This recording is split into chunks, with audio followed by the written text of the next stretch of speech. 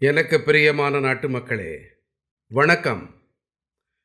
நாளையிலிருந்து சக்தியை உபாசிக்கும் புனித வேளை நவராத்திரி தொடங்க இருக்கிறது. உங்கள் அனைவருக்கும் பல பல நல்வாழ்த்துக்கள். நவராத்திரியின் முதல் நாள் தொடங்கி தேசம் தற்சார்பு பாரதம் இயக்கத்திற்காக மேலும் ஒரு மகத்துவம் வாய்ந்த மற்றும் பெரிய அடியை முன்னெடுக்கிறது. நாளை, அதாவது நவராத்திரியின் முதல் நாள், செப்டம்பர் 22, சூரிய உதயத்தோடு கூடவே அடுத்த தலைமுறை ஜிஎஸ்டி சீர்திருத்தங்கள் அமலுக்கு வந்துவிடும். ஒரு வகையிலே பார்த்தால், நாளை முதல் தேசத்திலே ஜிஎஸ்டி சேமிப்பு கொண்டாட்டம் தொடங்கப்பட இருக்கிறது. இந்த ஜிஎஸ்டி சேமிப்பு கொண்டாட்டத்திலே உங்களுடைய சேமிப்பு அதிகரிக்கும். மேலும் நீங்கள் உங்களுக்கு பிடித்தமான பொருட்களை மேலும் எளிதாக வாங்கி அனுபவிக்க முடியும். நம்முடைய தேசத்தின் ஏழைகள், மத்திய தட்டு மக்கள், புதிய மத்திய தட்டு மக்கள், இளைஞர்கள், விவசாயிகள், பெண்கள், கடைக்காரர்கள், வியாபாரிகள், தொழில் முனைவோர் அனைவருக்கும் இந்த சேமிப்பு கொண்டாட்டத்தால் நிறைய ஆதாயங்கள் கிடைக்கும். அதாவது, இந்த பண்டிகைகள் காலத்திலே அனைவருக்கும் இனிப்பான செய்தியாகும்.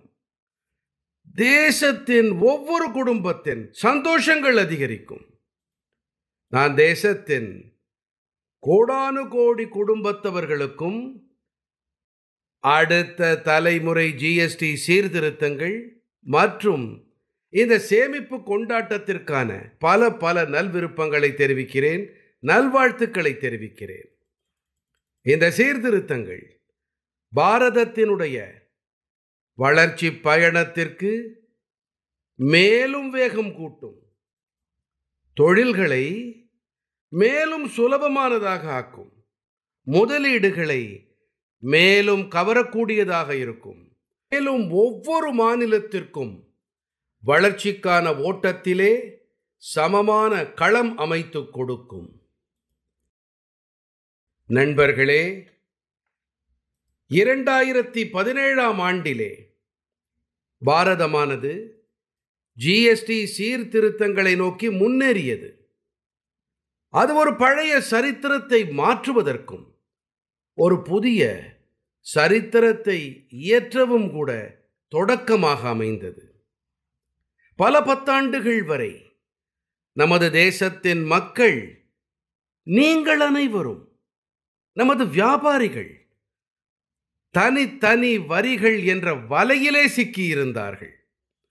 ஆக்ட்ராய், நுழைவு வரி, விற்பனை வரி, சுங்க வரி, வேட், சேவை வரி, இப்படி நினைவில் வைக்க முடியாத அளவுக்கு டஜன் கணக்கான வரிகள் நம் தேசத்திலே இருந்தன. ஒரு நகரத்திலிருந்து மற்றொரு நகரத்திற்கு பொருட்களை அனுப்ப வேண்டும் என்றால் எத்தனை சுங்கச்சாவடிகளை கடக்க வேண்டியிருக்கும் என்பது மலைக்க வைக்கும். ஏராளமான படிவங்களை நிரப்ப வேண்டியிருக்கும். எத்தனையோ தடைகள் இருந்தன. ஒவ்வொரு இடத்திலும் விதவிதமான விதிகள் இருந்தன. எனக்கு நினைவிருக்கிறது, 2014ஆம் ஆண்டிலே தேசம் எனக்கு பிரதம மந்திரி பொறுப்பை அளித்த போது, அப்போது அந்த தொடக்க கட்டத்திலே ஒரு அயல் நாட்டு செய்தித்தாளிலே ஒரு சுவாரஸ்யமான எடுத்துக்காட்டு பிரசுரமாகியிருந்தது. அதிலே ஒரு கம்பெனியின் கஷ்டங்கள் பற்றி விவரிக்கப்பட்டிருந்தது. அந்த கம்பெனி கூறியிருந்தது, அதற்கு ஒருவேளை பெங்களூருவிலிருந்து 570 கிலோமீட்டர் தொலைவில் இருக்கும் ஹைதராபாத்துக்கு தனது பொருட்களை அனுப்ப வேண்டுமென்றால் அந்த அனுப்புதல் எத்தனை கடினமானதென்றால் அவர்கள் சிந்தித்தார்கள், அவர்கள் சொல்லவும் செய்தார்கள். அந்த கம்பெனி என்ன விரும்பியதென்றால், முதலில் தங்களுடைய பொருட்களை பெங்களூருவிலிருந்து ஐரோப்பா அனுப்பிய பிறகு அதே பொருட்களை ஐரோப்பாவிலிருந்து ஹைதராபாத் அனுப்பலாம் என்று. நண்பர்களே, வரி மற்றும் சுங்கம் என்ற பெரும் வலை காரணமாக அப்போது இந்த நிலை இருந்தது. நான் உங்களுக்கு ஒரே ஒரு பழைய எடுத்துக்காட்டை மட்டுமே நினைவூட்டுகிறேன். அப்போது இப்படி லட்சக்கணக்கான கம்பெனிகளுக்கு, லட்சக்கணக்கான கோடிக்கணக்கான நாட்டு மக்களுக்கு தனி வரிகள் என்ற பெரு வலை காரணமாக அன்றாடம் பிரச்சனைகள் ஏற்பட்டு வந்தன. சரக்குகளை ஒரு நகரிலிருந்து இன்னொரு நகரத்திற்கு கொண்டு சேர்ப்பதற்கு இடையே அதிகரித்த செலவினங்கள், அதையும் கூட ஏழைகளே சுமக்க வேண்டியிருந்தது. உங்களைப் போன்ற நுகர்வோரிடமிருந்து வசூலிக்கப்பட்டு வந்தது. நண்பர்களே, தேசத்தை இந்த நிலையிலிருந்து வெளியேற்றுவது மிகவும் அவசியமாக இருந்தது. ஆகையினாலே எங்களுக்கு நீங்கள் 2014 சந்தர்ப்பம் அளித்தீர்கள். நாங்கள் அப்போது மக்கள் நலனிலே, தேச நலனிலே ஜிஎஸ்டியை எங்களுடைய முதன்மையாக கொண்டோம். நாங்கள் சம்பந்தப்பட்டவர்கள் அனைவரையும் கலந்தாலோசித்தோம். நாங்கள் அனைத்து மாநிலங்களின் அனைத்து சந்தேகங்களையும் நிவர்த்தி செய்தோம். ஒவ்வொரு சிக்கலுக்கான தீர்வையும் தேடினோம். அனைத்து மாநிலங்களையும் அனைவரையும் ஒன்றிணைத்த பிறகு சுதந்திர பாரதத்தின் இத்தனை பெரிய வரி சீர்திருத்தம் சாத்தியமாகி இருக்கின்றது. இந்த மத்திய மற்றும் மாநில அரசுகளின் கூட்டு முயற்சிகளின் விளைவாகவே நமது தேசம் பல டஜன் வரிகளின் சுமையிலிருந்து விடுதலை அடைந்தது. இதனால் தான் தேசம் முழுவதற்கும் ஒரே மாதிரியான அமைப்பு உருவானது. ஒரு தேசம் ஒரு வரி என்ற கனவு மெய்ப்பட்டது. நண்பர்களே, சீர்திருத்தம் என்பது இடையறாது நடக்கக்கூடிய ஒரு செயல்பாடாகும். காலம் மாறும்போது, தேசத்தின் தேவைகள் மாறும்போது, அப்போது அடுத்த தலைமுறை சீர்திருத்தங்களும் அதே அளவுக்கு அவசியமானதாகிறது. ஆகையினாலே தேசத்தின் தற்போதைய தேவைகள் மற்றும் வருங்காலத்தின் கனவுகளை மனதில் கொண்டு ஜிஎஸ்டியின் இந்த புதிய சீர்திருத்தங்கள் அமலுக்கு வருகின்றன. புதிய வடிவத்திலே, மேலும் முக்கியமாக இப்போது வெறும் 5% மற்றும் 18% வரி அடுக்குகள் இருக்கும். இதன் பொருள் என்னவென்றால், அன்றாட தேவைக்காக பயன்படுத்தப்படும் பெரும்பாலான பொருட்கள் மேலும் விலை மலிவு ஆகிவிடும். உணவுப் பொருட்கள், மருந்துகள், சோப்பு, பிரஷ், பற்பசை, மருத்துவ மற்றும் ஆயுள் காப்பீடு, இப்படி பல பொருட்களும், இப்படி பல சேவைகளும் கூட ஒன்று வரி இல்லாமல் இருக்கும் அல்லது வெறும் 5% வரி செலுத்த வேண்டியதாக இருக்கும். எந்த பொருட்களின் மீது முன்பெல்லாம் 12% வரி விதிக்கப்பட்டு வந்ததோ அவற்றிலிருந்து 99%, அதாவது கிட்டத்தட்ட 100க்கு பக்கமாக 99% பொருட்களுக்கு இப்போது அவை 5% வரி வரம்புக்குள் வந்துவிட்டன. நண்பர்களே, கடந்த 11 ஆண்டுகளிலே தேசத்திலே 25 கோடி நாட்டு மக்கள் ஏழ்மையை தோற்கடித்திருக்கிறார்கள், ஏழ்மையை விரட்டி இருக்கின்றார்கள். மேலும் ஏழ்மையிலிருந்து வெளியேறிய இந்த 25 கோடி மக்கள் என்ற பெரிய சமூகம் புதிய மத்திய தட்டு என்ற வடிவிலே இன்று நமது தேசத்திலே மிகப்பெரிய பங்களிப்பு அளித்து வருகின்றார்கள். இந்த புதிய மத்திய தட்டு மக்களுக்கு என பிரத்யேகமான பேரார்வங்கள் இருக்கின்றன. அவர்களுக்கென கனவுகள் இருக்கின்றன. இந்த ஆண்டு அரசாங்கம் 12 லட்சம் வரையிலான வருமானத்திற்கு வரி விலக்கு அளித்து ஒரு பரிசினை அளித்திருக்கிறது. மேலும் சொல்ல வேண்டுமென்றால் 12 லட்சம் ரூபாய் வருவாய் வரை வருமான வரியில் விலக்கு கிடைத்தால் மத்திய தட்டு மக்களின் வாழ்விலே எத்தனை பெரிய மாறுதல் ஏற்படுகிறது, எத்தனை எளிமையாகவும் வசதியாகவும் ஆகிறது. மேலும் இப்போது ஏழைகளுக்கான முறை இது, புதிய மத்திய தட்டுக்கான முறை இது. இப்போது ஏழைகளுக்கும் புதிய மத்திய தட்டு மக்களுக்கும் மத்திய தட்டு மக்களுக்கும் ஒரு வகையிலே இரட்டை வெகுமதி கிடைத்திருக்கிறது. ஜிஎஸ்டி குறைவானபடியால் இப்போது தேசத்தின் குடிமக்களுக்கு தங்களுடைய கனவுகளை மெய்யாக்குவது மேலும் சுலபமானதாக ஆகும். வீடு கட்டுதல், தொலைக்காட்சி, குளிர் சாதனங்கள் வாங்குவதாகட்டும், ஸ்கூட்டர், பைக், கார் வாங்குவதாகட்டும், இவை அனைத்தின் மீதும் இப்போது குறைவாகவே செலவழிக்க வேண்டியிருக்கும். உங்களுக்கெல்லாம் சுற்றுலா சென்று வருவது கூட மலிவாகிவிடும். ஏனென்றால் அதிக அளவு ஹோட்டல்களின் அறைகளுக்கும் கூட ஜிஎஸ்டி குறைக்கப்பட்டு விட்டது. அதே போல நண்பர்களே, எனக்கு ஒன்று சந்தோஷம் அளிக்கிறது. அதாவது கடைக்கார சகோதர சகோதரிகளும் கூட ஜிஎஸ்டி சீர்திருத்தங்கள் தொடர்பாக மிகவும் உற்சாகத்தோடு இருக்கிறார்கள். அவர்கள் ஜிஎஸ்டியில் ஏற்பட்டிருக்கும் விலை குறைப்பை நுகர்வோரிடம் கொண்டு சேர்ப்பதில் முனைப்பாக இருக்கிறார்கள். பல்வேறு இடங்களில் எல்லாம் முந்தைய மற்றும் இப்போதைய அடுக்கு பற்றி பலகைகள் வைக்கப்பட்டு வருகின்றன. நண்பர்களே, நாம் நாகரிக் தேவோ பவா, குடிமக்களே நம் தேவர்கள் என்ற மந்திரத்தை அடியொற்றி முன்னேறி வருகிறோம். அடுத்த தலைமுறை ஜிஎஸ்டி சீர்திருத்தங்களிலே இதனை நாம் தெளிவாக பார்க்க முடியும்.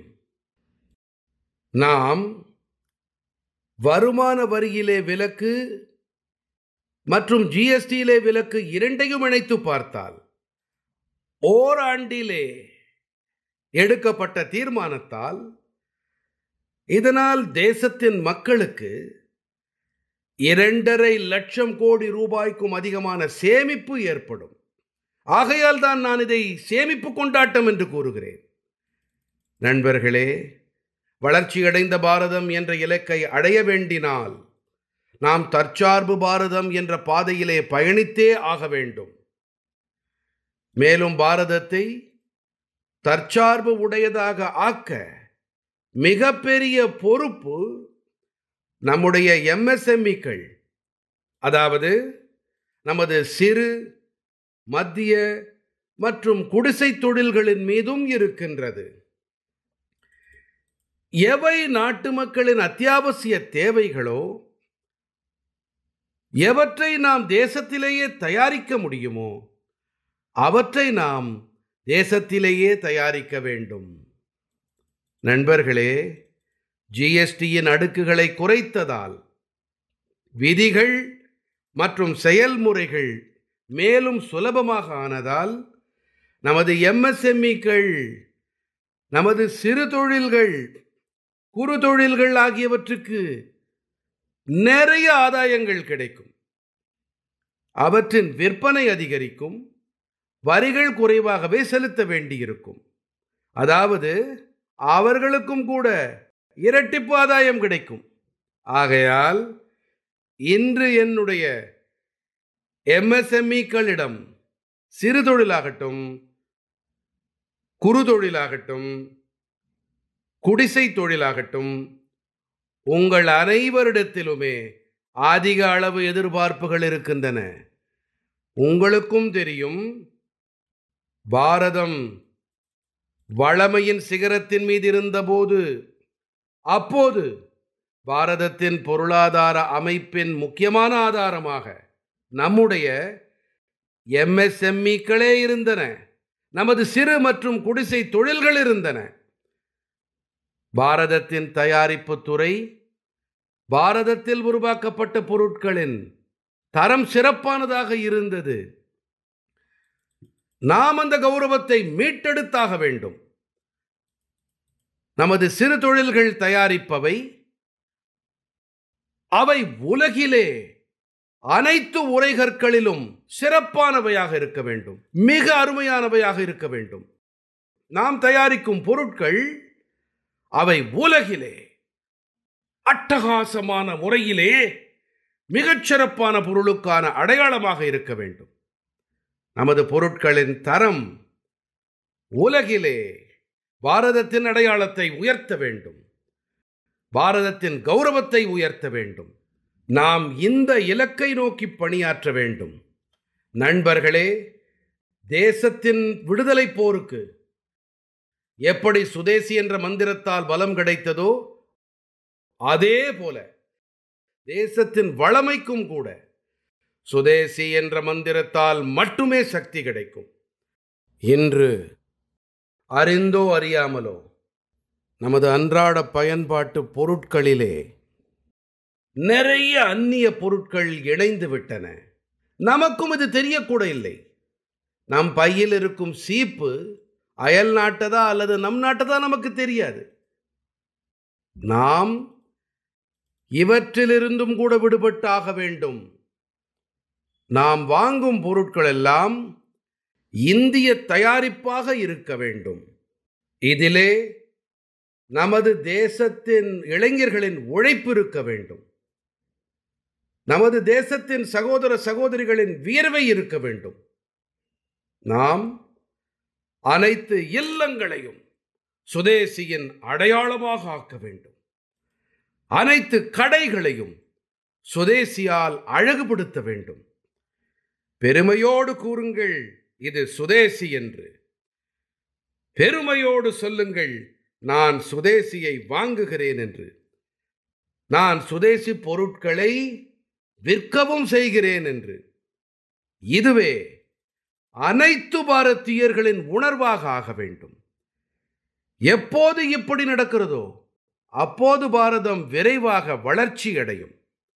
நான் இன்று அனைத்து மாநில அரசுகளிடமும் கேட்டுக்கொள்ளுகிறேன், தற்சார்பு பாரதத்தின் இந்த இயக்கத்தோடு கூடவே, சுதேசியின் இந்த இயக்கத்தோடு கூடவே தங்களுடைய மாநிலங்களிலே தயாரிப்பு துறைக்கு விரைவு கூட்டுங்கள்.